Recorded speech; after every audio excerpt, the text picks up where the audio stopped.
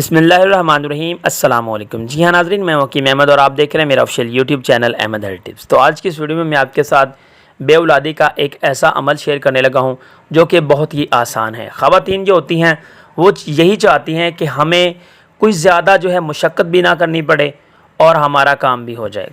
काफ़ी सारी ख़वातीन ऐसे सवाल करती हैं, सर कोई इतना आसान सा वजीफ़ा बता दें कि जिससे मैं जल्द अज जल्द कंसीव कर पाऊँ। तो काइंडली मैं एक चीज़ आपको बता देता हूँ, कोई भी काम जो है वो आसान नहीं होता। अल्लाह ताला की ज़ात जो है अगर आपसे नाराज़ हो जाए तो आप किस तरह से अल्लाह ताला की ज़ात को मनाएंगे।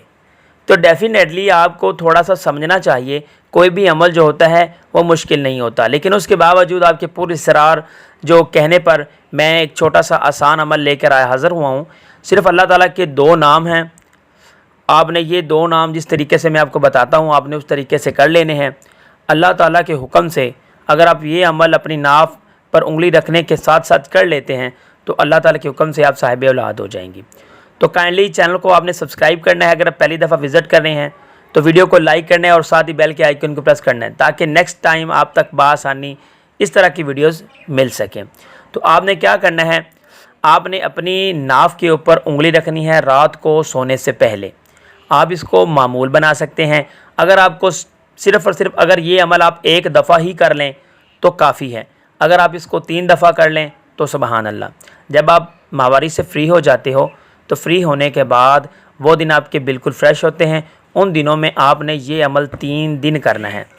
3 दिन यानी कि आप हेड वॉश करने के बाद लगातार 3 दिन करें और उसके बाद अपना जमात करें, यानी कि अपने हस्बैंड के साथ मिलाप करें। तो इंशाअल्लाह अज़्ज़ा वजल अल्लाह ताला के हुक्म से आप जो हैं साहिब औलाद हो जाएंगी।